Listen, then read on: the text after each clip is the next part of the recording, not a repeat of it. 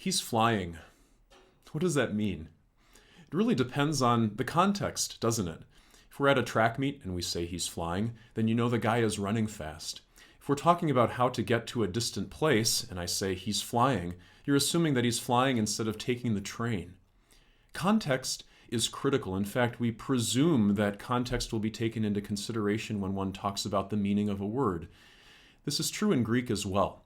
We're going to look at the word Eperotema in 1 Peter chapter 3:21, and context is king. In 1 Peter chapter 3, Paul is encouraging Christians to be strong in the face of suffering, to continue doing good. And he uses as an example of this Christ, who suffered unjustly, but he continued to do good, and in the end, what happened? He's sitting at the right hand of God. That's quite a track record to be confident in, to follow in his footsteps. In the context of encouraging Christians to be strong in the face of persecution, Peter talks about those during the time of the flood, both the enemies of God as well as Noah and his family. Waters of the flood came, and admittedly they destroyed many. But the waters of the flood also saved Noah and his family. As the waters saved in the time of the flood, Peter then makes a comparison to the waters of baptism. He said, "Which water saves you also?" The water in baptism saves, just like the water at the time of the flood saved the physical lives of Noah and his family.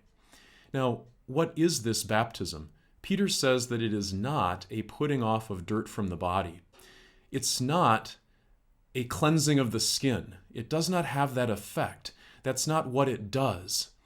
Well, now we're wondering, what exactly does it do? What is its effect? The context of Eperotema in verse 21 then is in a context of baptism saving. It's rescuing someone, and it has an effect. It doesn't put dirt off from the body, but baptism is an eperotema. All right, now it starts to get confusing, because the word eperotema has been translated in modern translations with as different a concept as, on the one hand, ask or request, and on the other hand, an answer. On the one hand, appeal, calling upon someone to do something. On the other hand, a pledge, a promise, someone responding to an appeal. So which is it? In the first century, the very common definition of eperotema was to ask, to appeal, to make an appeal to.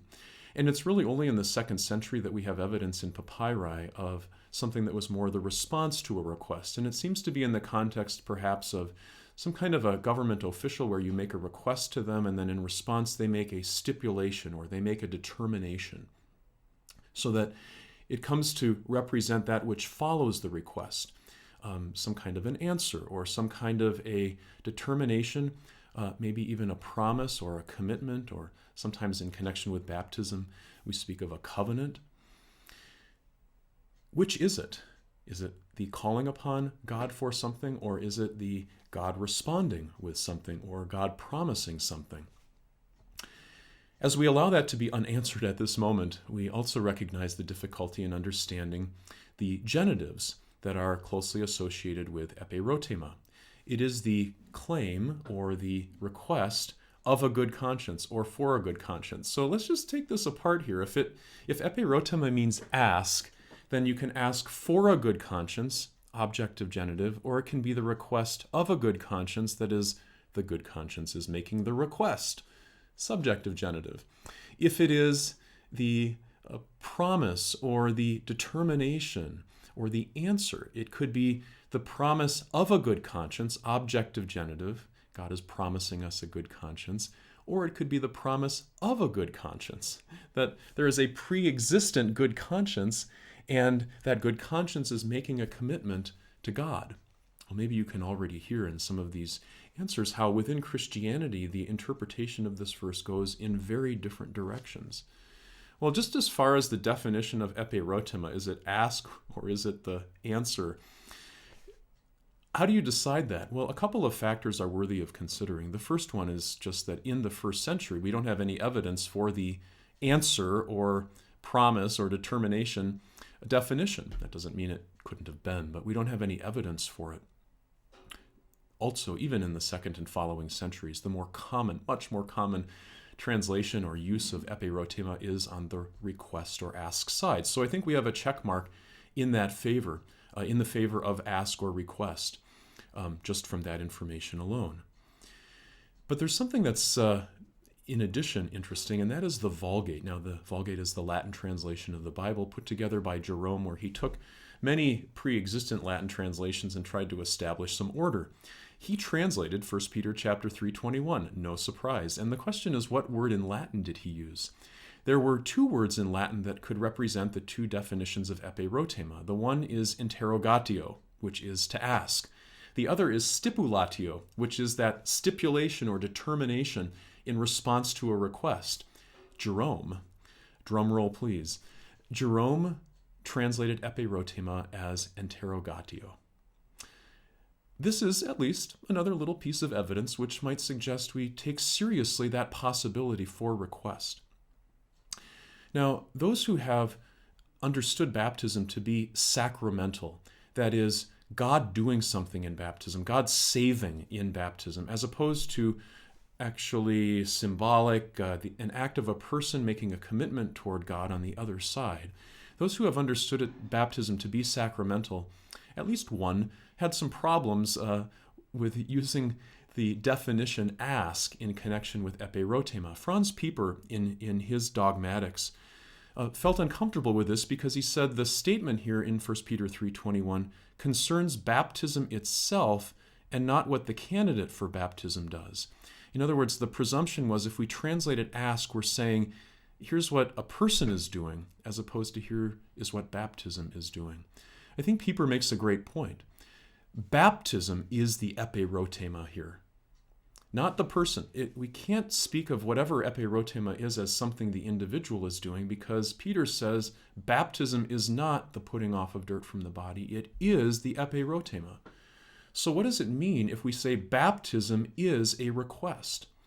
If baptism is the request, then baptism is calling upon God for a good conscience. It's asking, it's requesting, objective genitive, a good conscience. And this fits perfectly with the larger context of saving.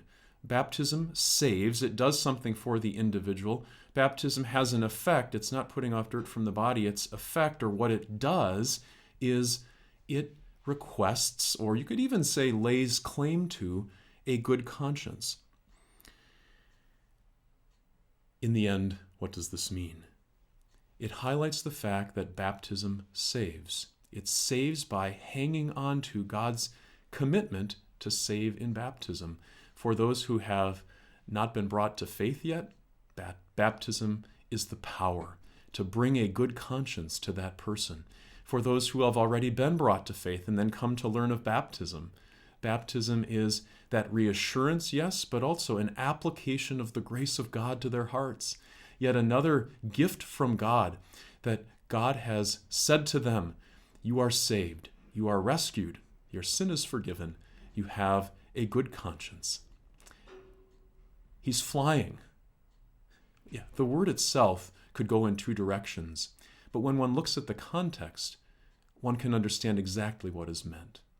In a similar way, in 1 Peter chapter 3, verse 21, we can clearly and confidently state that eperotema is an act of baptism that brings a blessing and effect to the one who has been baptized.